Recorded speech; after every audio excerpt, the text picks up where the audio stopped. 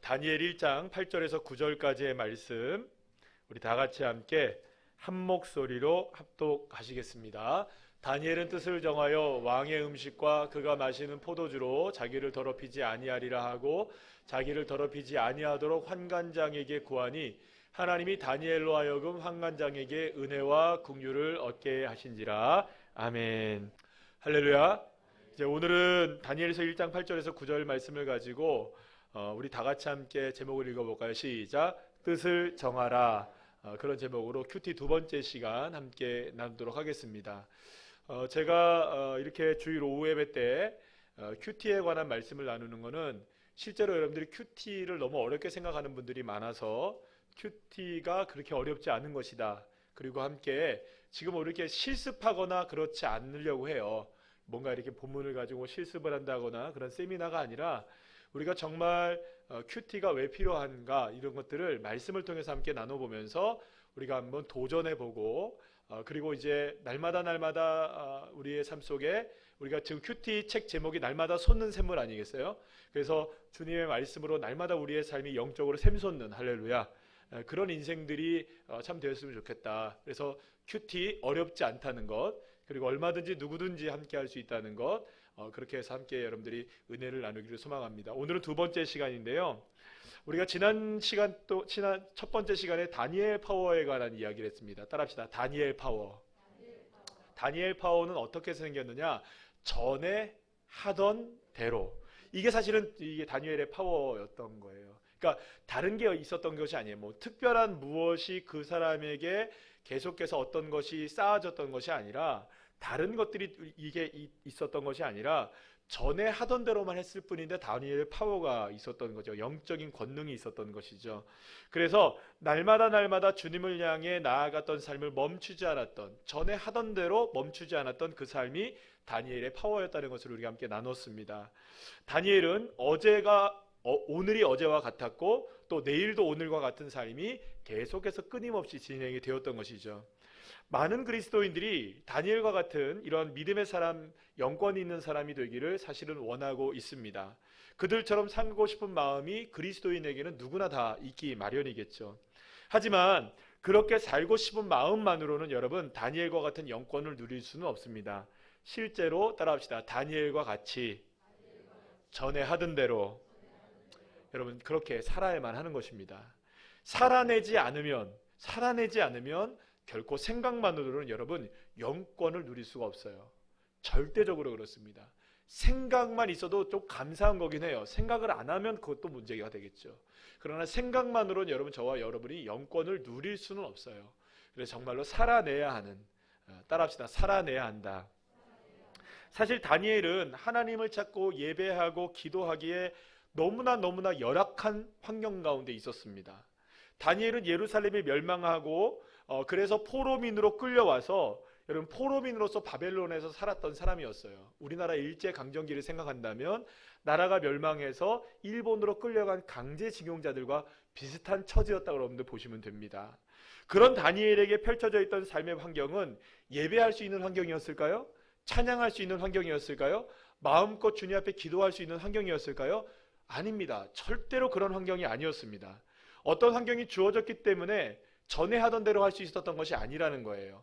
예배할 수 없었고 기도할 수 없었고 찬양할 수 없었던 환경 가운데 다니엘이 있었던 것이에요. 여러분 생각해 보십시오. 다니엘이 살았던 바벨론의 종교 얼마나 엄중한 우상 섬김이었습니까? 그런데 그 상황 속에서 하나님을 섬긴다, 하나님을 예배한다, 그것도 여러분 생각해 보세요. 패망한 나라의 백성이잖아요. 바벨론에게 패망했잖아요, 이스라엘이. 그런데 어떻게 여러분들 그곳에서 여호와 하나님을 찬양할 수가 있겠습니까? 그런데 바벨론의 종교가 가득 채워진 그곳에서 바벨론에서 바로 이 다니엘과 친구들이 살아야 했던 것입니다. 여러분 먹고 사는 것부터 문제가 시작됐어요.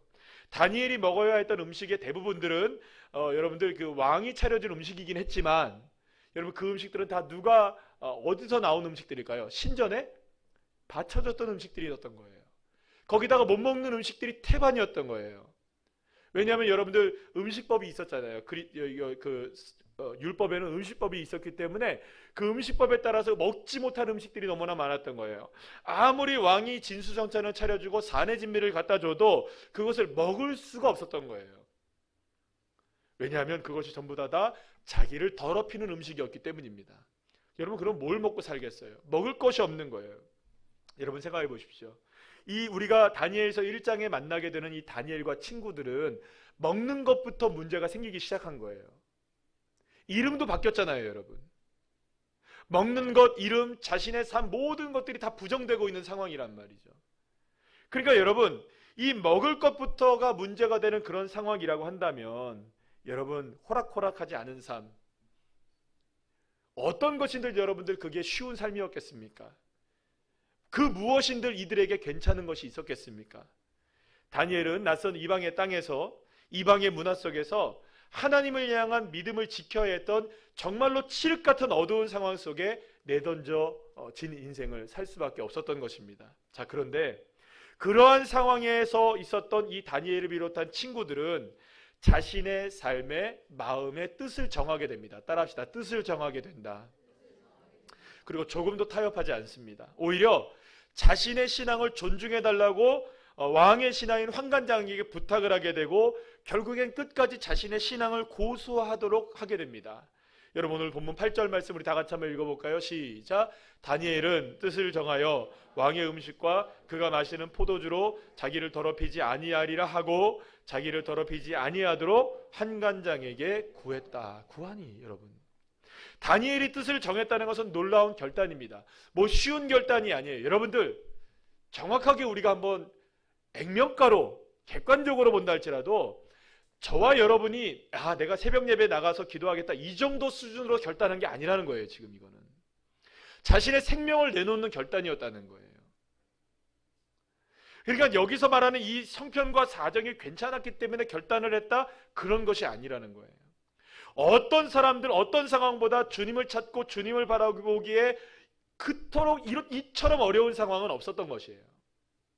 그러나 그럼에도 불구하고 다니엘은 무엇을 합니까? 뜻을 정했다. 사랑하는 여러분, 많은 그리스도인들이 이렇게 생각합니다. 환경이 여의치 못해서, 상황이 여의치 못해서 기도하지 못하고 예배하지 못하고 헌신하지 못한다, 찬양하지 못한다, 이렇게 얘기를 합니다. 그래서 많은 사람들이 상황을 탓해요. 내가 이것 때문에 지금 못하고 있어요. 내가 저것 때문에 못하고 있어요. 이게 되면 나갈게요. 저게 되면 할게요. 수많은 사람들이 그런 얘기들을 많이 합니다. 그러면 여러분, 다니엘을 비교해 보십시오. 다니엘이 어떻게 뜻을 정했습니까?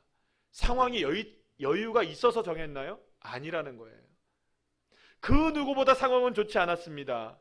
그럼에도 불구하고 따라합시다. 뜻을 정하는 것이, 다시 한번, 그럼에도 불구하고 뜻을 정하는 것이 믿음이다.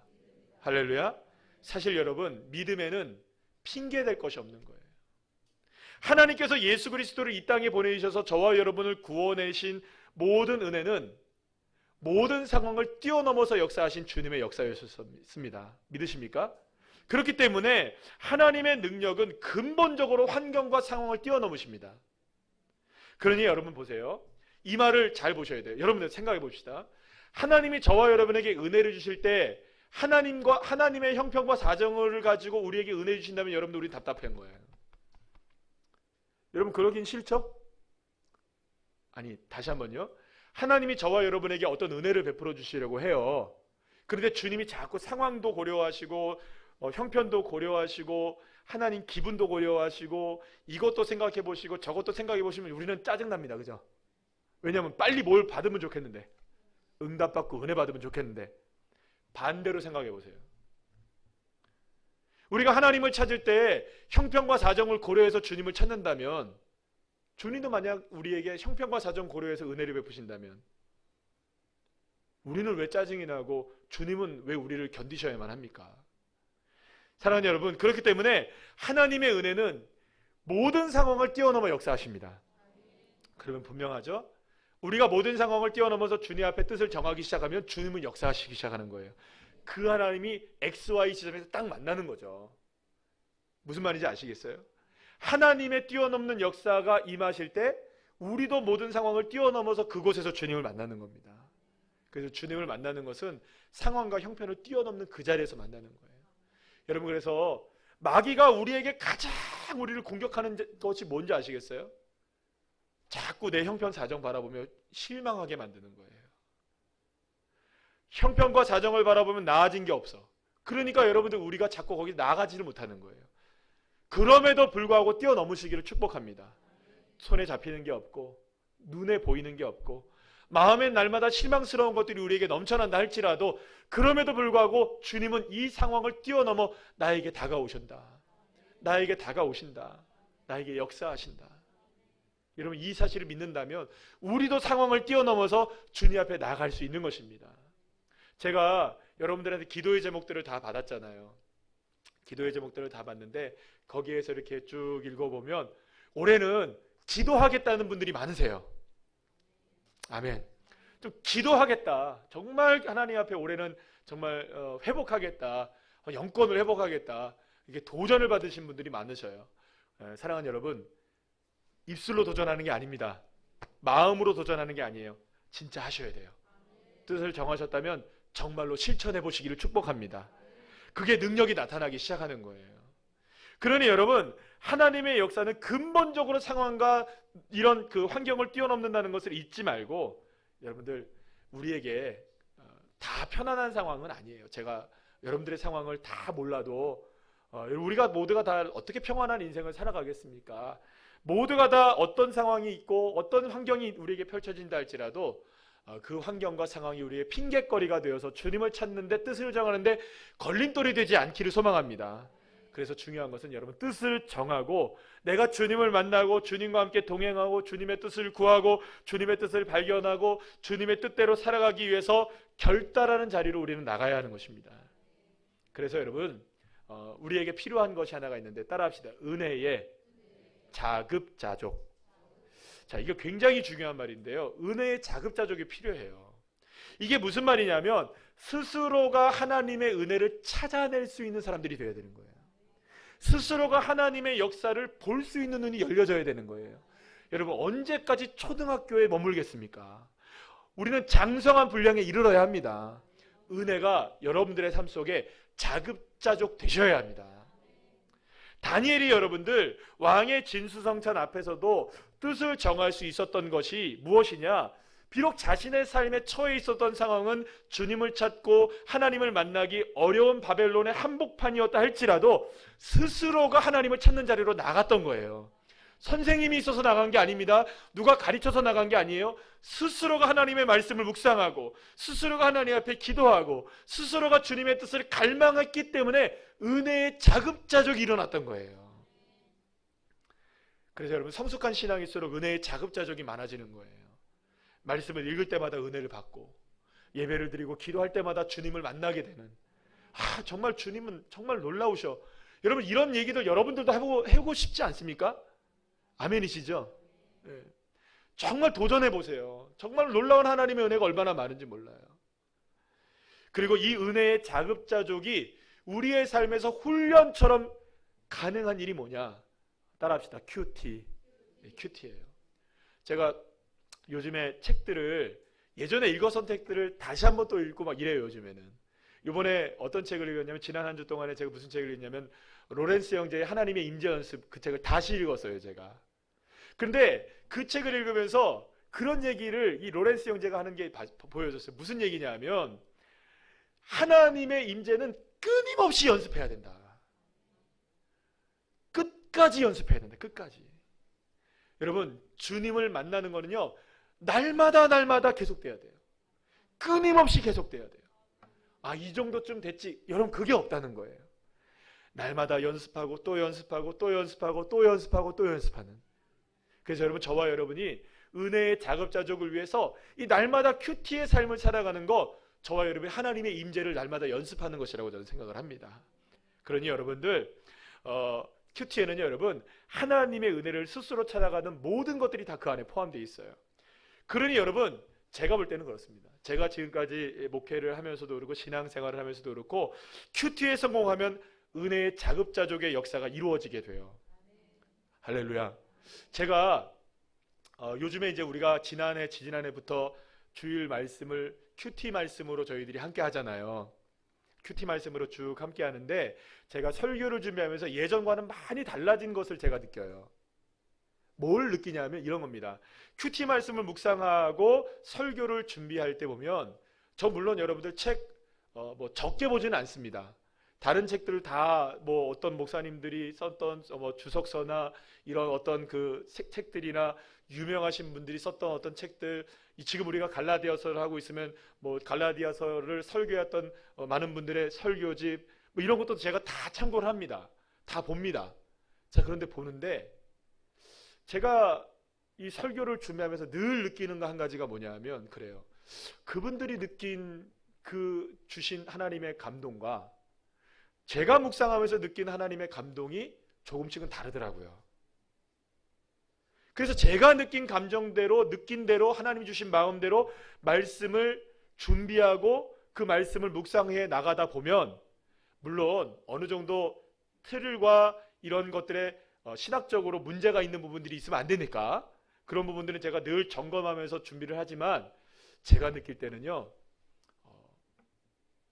여러분들 어떻게 느낄지 몰라도 괜찮습니다. 저는 제 자신 스스로가 자부심을 갖고 있어요. 그러니까 잘하고 못하고의 뜻이 아니에요. 하나님이 저에게 주신 은혜를 여러분들한테 선포하는 거예요. 여러분들과 함께 나눠야 될 말씀, 우리 교회가 함께 나눠야 될 말씀.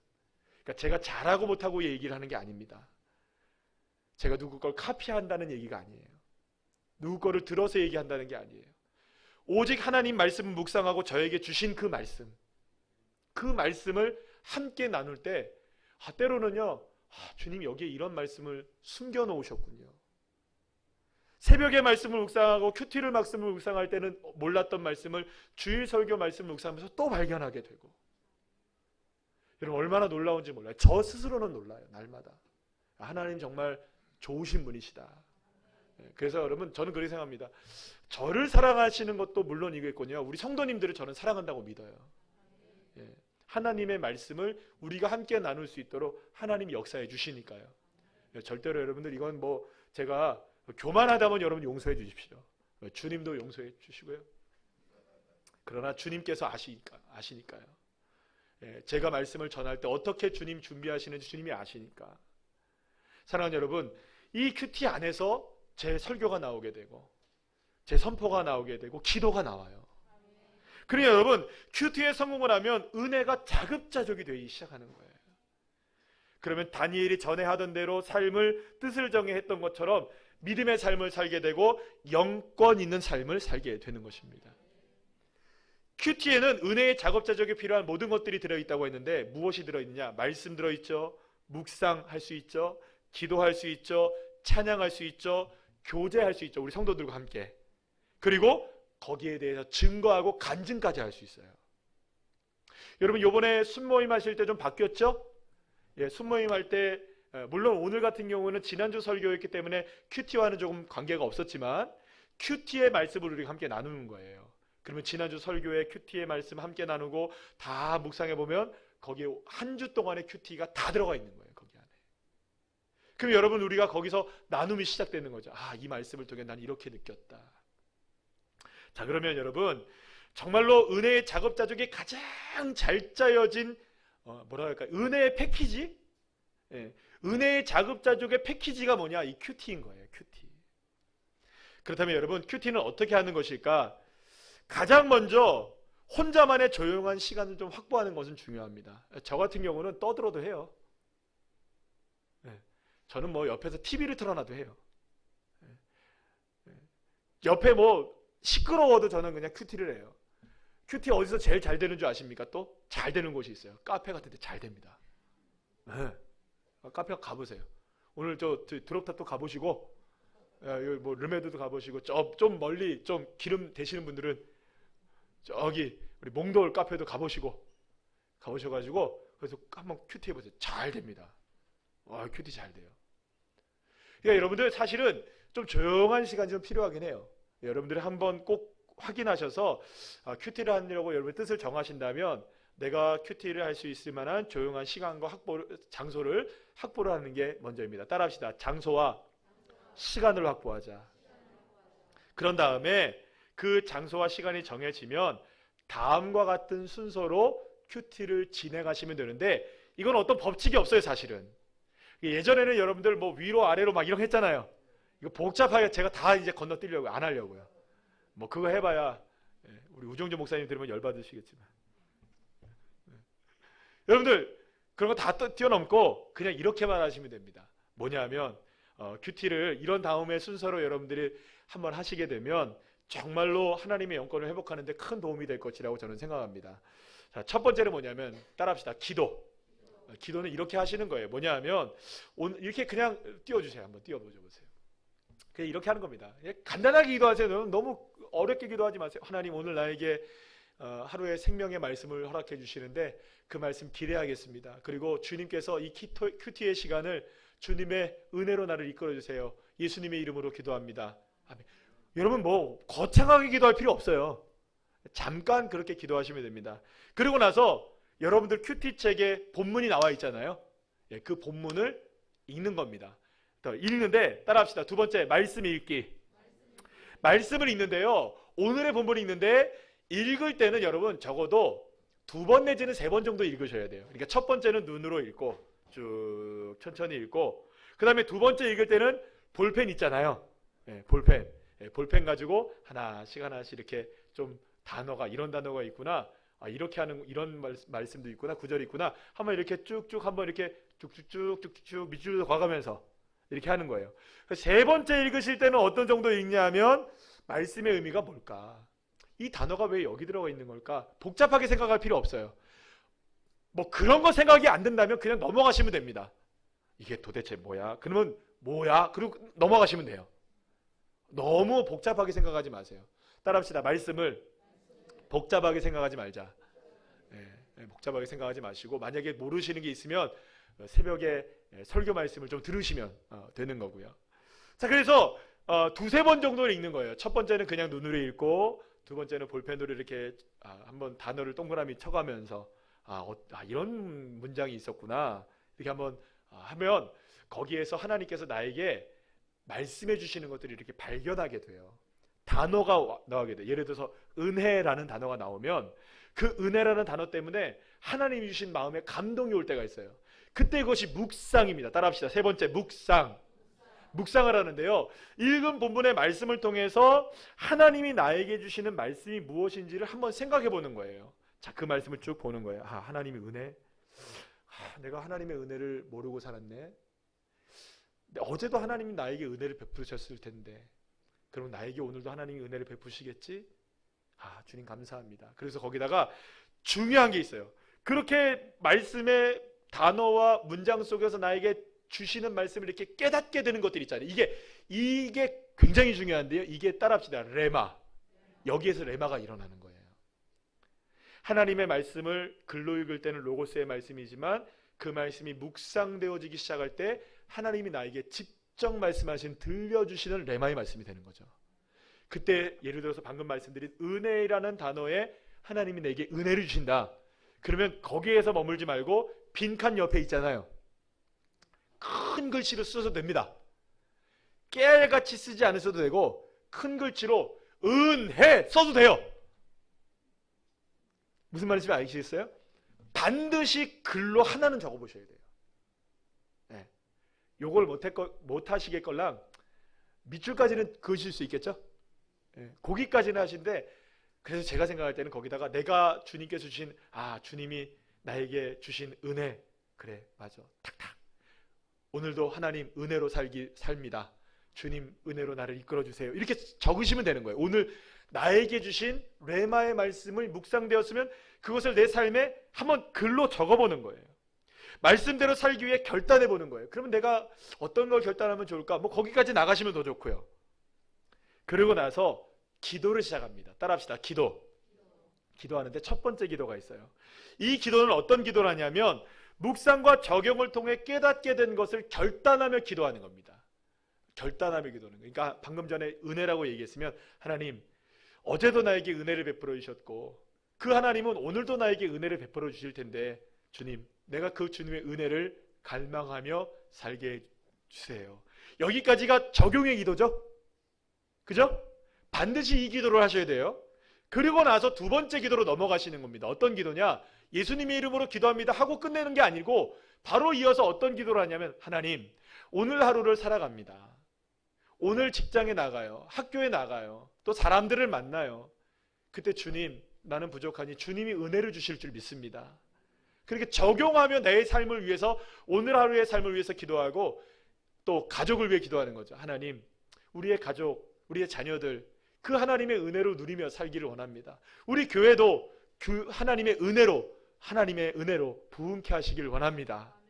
이렇게 여러분들 그 하나님이 주신 레마의 말씀을 가지고 기도하고 주기도문으로 마치는 거예요. 어렵습니까? 매우 어렵죠. 처음부터 한번 다시 보여주겠어요. 1번부터. 자, 쭉 읽습니다. 1, 시작. 1, 기도. 다시 NG.